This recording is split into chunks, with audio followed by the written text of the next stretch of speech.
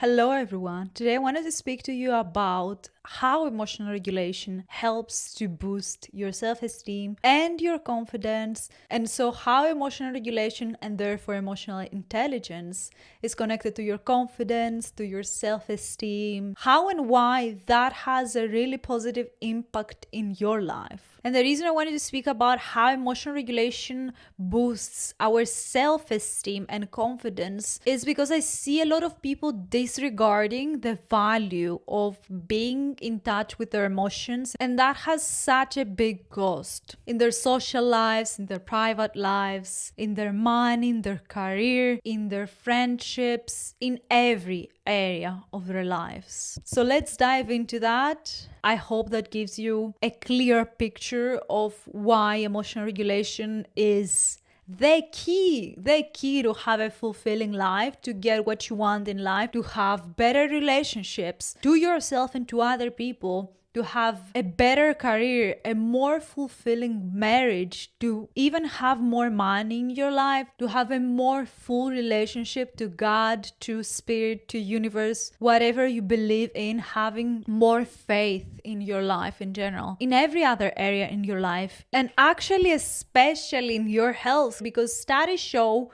when we repress our emotions, we develop psychosomatic issues. And those psychosomatic issues chronically even develop to illnesses. And then that's why we have chronic illnesses. So my hope for this video is that you get to know the true impact of emotional regulation. Before we get into how emotional regulation helps you with self-esteem and confidence, if you want to know how to self-regulate, I highly recommend watching my last video, which is all about how to self-regulate based on my 6-step psychological framework. So I'm gonna leave it somewhere here so you have all the practical tools at your disposal. Before we get into the video, if you don't know me, hi, my name is Chrisana. I'm basically a psychological life coach.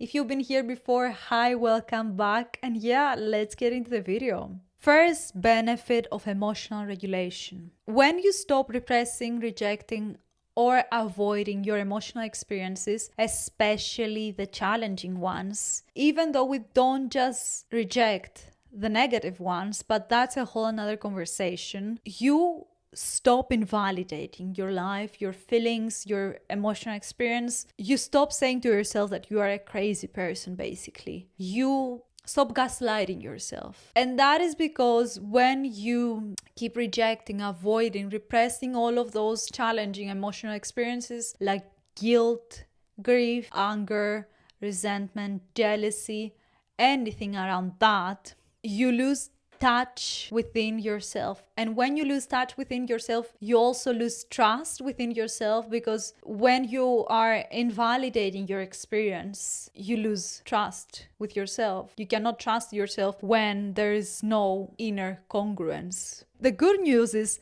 once you start validating your experience, once you stop repressing all of those emotional experiences, you start slowly and steadily building trust with yourself because you are validating your experience. And I know that might seem really simplified, but I want to bring you the simplified version of psychology, of spirituality, of anything that I'm learning, anything that I learned the past few years studying psychology academically. For me, it's all about making things for you more digestible. But of course, if you have questions, I would love to know them in the comments. And so when you start developing trust within yourself, it is so much more easier to go out and build your dream life. Trust the vision you have for yourself, for your dream life. Trust that you can accomplish your goals. Trust that you can put yourself out there. And even if it doesn't work out, you do trust yourself that it's gonna work out. Maybe in another way, maybe at a later time, or in a way that you haven't imagined yet. And when you go after your dreams and your aspirations in life, it's like you start seeing opportunities, and opportunities open up for you. It's like you're becoming a safe place for yourself rather than constantly escaping from yourself. I can see in my mind's eye right now a garden in full bloom.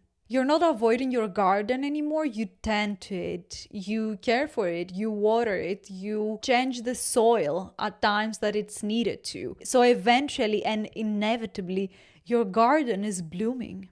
And that's exactly what happens. You start seeing the vision for your life coming into fruition. Number 2, and now because you know how to validate yourself, your emotional experiences, and not escape from them, you now have free space. You now free up space for more love, for more abundance, for more success, whatever abundance and success means to you. Think of it like decluttering a room or an old wardrobe. Suddenly there is space to move, to breathe, to invite new things inside of it. And this is based on the notion that when we validate our emotions and feelings, we're not pushing them down in our systems. And this way we don't become basically a pressure cooker that it's gonna erupt at some point. It becomes the opposite. We make space for it.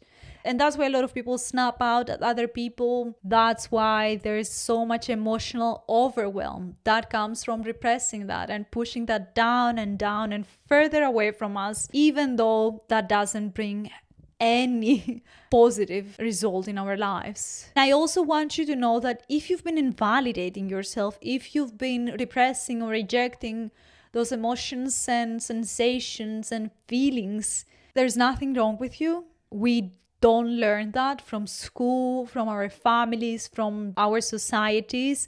In fact, we learn the opposite. So it's radical to do the opposite. And it's also the most beneficial for you. If you're doing the opposite, I want you to know that this is radical and going against the current. And it's not easy. At times, it's gonna be really difficult, but it gets better. And you get to believe in yourself through that. You get to trust yourself. You get to have confidence and high self-esteem, things that you cannot put a price on. So keep going. If you need help with that, feel free to watch my last video, which is all about my 6-step psychological framework on how to regulate emotionally. It's gonna help you so much. Step 3, which is one of my favorite ones. So if you're a creative person, you will love that. Because you free up space, you don't push those down anymore, and you declutter essentially, you get into a creative mode. Which means instead of blaming other people, other situations, other experiences, other things in your life, you take full radical responsibility for your life. And when you do that, something really magical happens. You get out of the victim state and you become the creative director of your life, which means you get on the driver's seat, which might be something that you've forgotten for so many years. And that changes everything. You start seeing opportunities where you used to see lack and being unfair with you.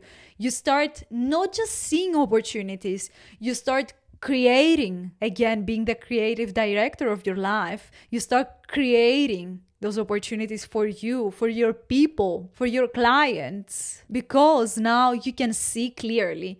You don't have those victim glasses on anymore. And that for me is one of the biggest gifts you can have in your whole life. It's so freeing. It reminds you that you are sovereign and you can create your own life. Because at the end of the day, nobody else is coming to save you. You are the only one who can save yourself. Now you can see clearly why that has a big impact in terms of boosting your self-esteem and your confidence. Because when you feel like you are the creator of your life, you feel confident. You can do better in your life for yourself, for your people, for your community, and you respect yourself more.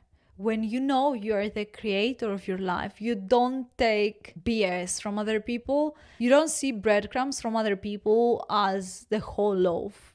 No. You don't accept the bare minimum. You have high standards for yourself because that's what you give to yourself. Why would you not? Step 4, when you stop rejecting your emotional experiences, something else happens too. You start seeing everything in your life and being reminded of the impermanence of it all. You're being reminded that you're just a human, and the more you allow them to be there, to process them, and to actually regulate through those emotional experiences in a healthy way, you're reminded of being just a human, and that it is normal for you to have emotional experiences. It's normal for you to experience pain, grief, sorrow, happiness, excitement, bliss, all of it. You allow yourself to experience the full range of emotions because you're just a human. And you remember that you came to this earth to have this experience, not just being happy, not just being positive, or not just being in pain all the time too. That works both ways. We don't come here to be in pain all the time, and we don't come here to be in joy at all times. And when you remember that it's just a human experience to have emotions, something in you unlocks, and you start being okay with experiencing those difficult emotions, and you detach. You also see them as a witness. You stop identifying with them. You stop being one with them, which gives you space again. And when you have space between you and those emotions, you unlock the new identity. You unlock the true identity of you, who you always being. You're just the soul. To my opinion, you're just a soul. We are all just souls who came here to experience the human body, the human life, the humanness of it all, of this earth. It's like you normalize having emotional experiences. And when you normalize them, again, besides becoming a witness and seeing them more objectively, you start being less attached to them. So in this way, they come and go so much more easier. It's like they are coming and going just like clouds, just like trains. They come and go, and soon enough, the next one is gonna pass. They don't stay forever. And that helps to not attach your identity to them. Because the truth is, emotions are just emotions. They are not who you are. They are not the truth of you. Yes, we need to validate them, but it's different to associate yourself, your identity, who you truly are, to your core, and therefore to your worthiness, to your emotions. Again, you can see why not attaching your identity to your emotions, therefore regulating through them healthily, it helps you with your self-image and therefore with your confidence and your self-esteem. You don't have any more negative connotations to emotions and therefore to your self-image. They are separate things in your mind, and that is so freeing. Number 5 way emotional regulation boosts your confidence and self-esteem. And that is similar to the last one, because once you start processing the underlying feelings, you reduce self-sabotage. That happens because you start seeing feelings as an opportunity to get closer to yourself, to develop a better relationship to yourself and therefore to others. When you have a better relationship to yourself, of course, it's natural for your self-esteem to rise, for you to have more confidence in your life. The other thing is, and that's why I talk so much about self-sabotage, and I made so many YouTube videos so far. Feel free to go watch the whole playlist. I constantly speak about self-sabotage because I see so many people, including myself, being stuck in it and not seeing it when it appears. And because it usually shows up when we are about to up level, we are about to get that new job, to enter marriage, to get that money, to get those clients, to move to the new country, anything that involves the new identity, anything that involves the dream, desired new life you always wanted. This is exactly the moment self-sabotage is gonna try to sneak in. And if you don't know how to process it, it's gonna take over your life and it's gonna kick you out of the new life by trying to get you back to the old life, to the old self. So I highly recommend watching those videos. And if you need more help with this, in Metamorphosis, my psychological coaching program, this is exactly what we do. I help you to get to a place where you don't self-sabotage anymore, where the life transition you're going through is going to run smoothly. You're gonna get to know all the psychological codes of life transition. So when you go through any life transition in your life, you know what to do. It's gonna stay with you for life. You are not gonna self-sabotage anymore. You are not gonna allow yourself to go back to the old self, to the old identity. You're gonna hold yourself to this new life. You're gonna hold yourself to the new identity.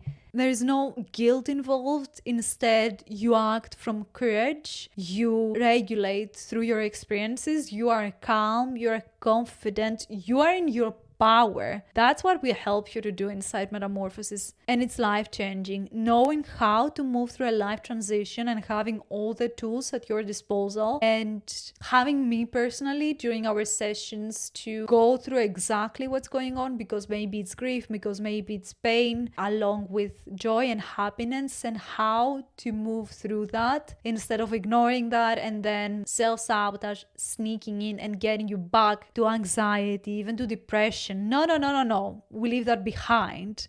Anxiety and depression stays behind with the old self. Now you have joy, bliss, new levels, new identity, new life, new career, new partner, new city, new anything, and you get to hold that because you were always worthy of it. We just forget sometimes. During big life transitions, the inner critic also sneaks in. A lot of self-loathing, shaming yourself, criticizing yourself constantly. We mute the inner critic and we are activating what I call the inner cheerleader, the compassionate self you always had inside yourself. You also cultivate a lot of acceptance for your life. You stop gripping so tightly to control everything and everyone around you.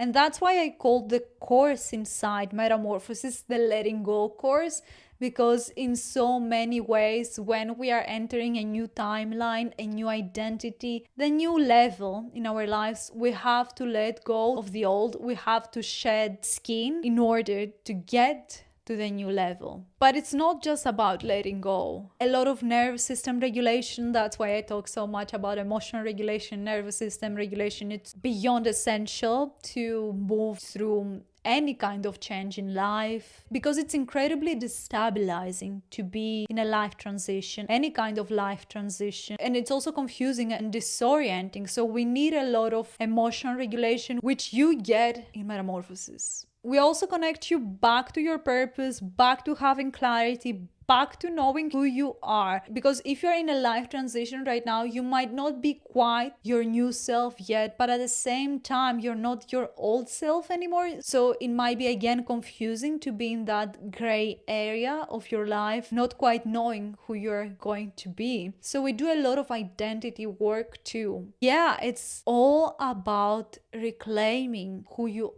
always wanted to be, about trusting yourself, trusting in your vision, trusting in your new life, and not self-sabotaging or guilt-tripping yourself. Having an established new self based in your own unique rhythm, identity, and gifts. And that's why I do so much one-to-one work, because even though there are specific psychological codes to each life transition, which I walk you through in the Letting Go course, there is also so many unique gifts and abilities we all possess that they need their own dedication, time, and a lot of attention. So if you're going through a big life transition, you want to get to that place, you stop self-sabotaging, you don't know who you are quite yet, but you do know that you're not your old self anymore, come join us in Metamorphosis. It's going to change your life.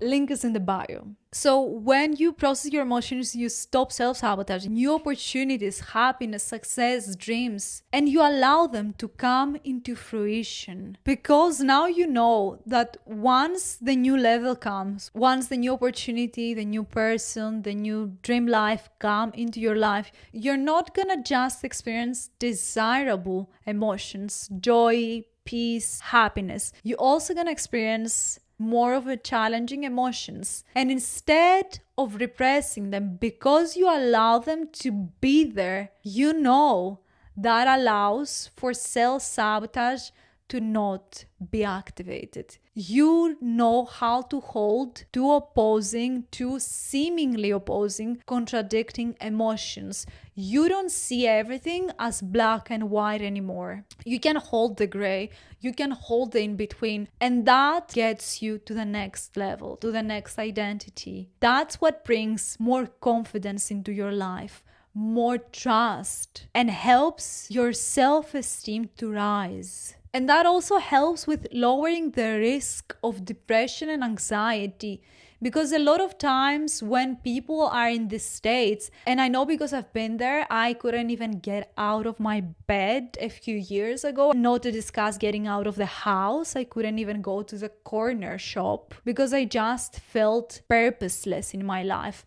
And I also had so much anxiety. I couldn't express my true self. I couldn't express my true ideas, my true opinions, because I felt that I would be rejected, but I couldn't express that. Even that thought of being rejected, being afraid of being rejected, couldn't be expressed. I couldn't access that. So that triggered a lot of anxiety, a lot of overthinking, a lot of rumination. And I'm telling you, emotional regulation is the key to lower that risk. It's not the one solution we have to approach any difficulty in our lives from a multi-layered approach, but it's one of the keys for sure. And if you want to know more about rumination and overthinking and how to get from what I call a survival state of overthinking and ruminating to being self-leadership, leading yourself with courage, with clarity, with trust, make sure to go watch this video. I'm gonna link it here because it's gonna change the game for you. It's gonna shine so much light and it's gonna get you out of this overthinking state. And last but not least, 6, which is also so connected to life transitions. You stop being so afraid of life transitions. When you start processing your emotions, you start seeing life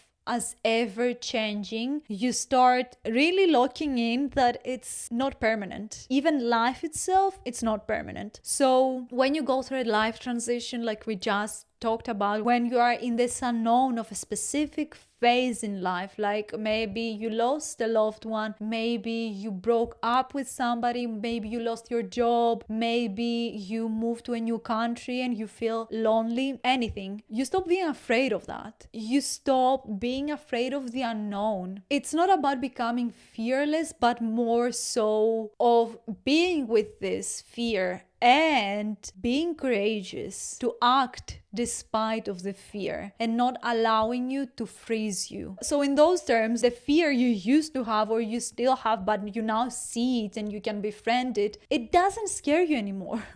And that is possible, I'm telling you, because I used to be so scared. Back to my depression, I had so many fears, and this is one of the other reasons I couldn't get out of the bed or I couldn't go after my dreams at that point in my life. Truly, I was paralyzed by fear. I couldn't do anything for myself. I was just staring at the ceiling, and I have so much empathy for this version of myself because I didn't have the resources.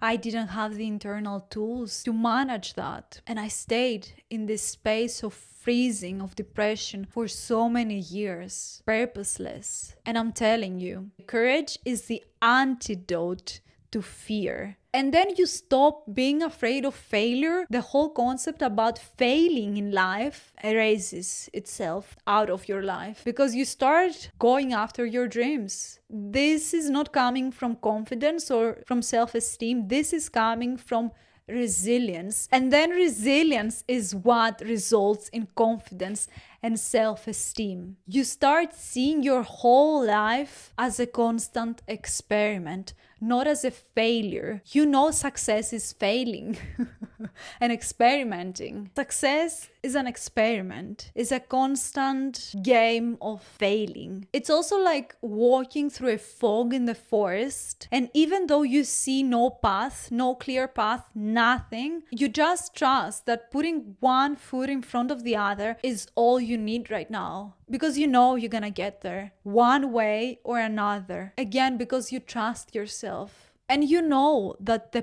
path is gonna reveal itself to you because you're not alone. You're working with something so much more greater than just yourself. And that is God. For me, you might call it universe, spirits, anything. You know you're co-creating with that. You know you're not alone going through this fog. You're not alone in this unknown. You have support. This is what boosts your resilience in life. And again, your ability to seek and go after your goals. It enriches your life. It doesn't just bring more confidence and high self-esteem. It brings you to be with the full spectrum of life. It helps you to have a more fulfilling life. That's invaluable. Thank you so much for watching. I hope that helps you. Let me know in the comments what is one insight, what are you gonna apply in your life, and I'm gonna see you soon. Bye.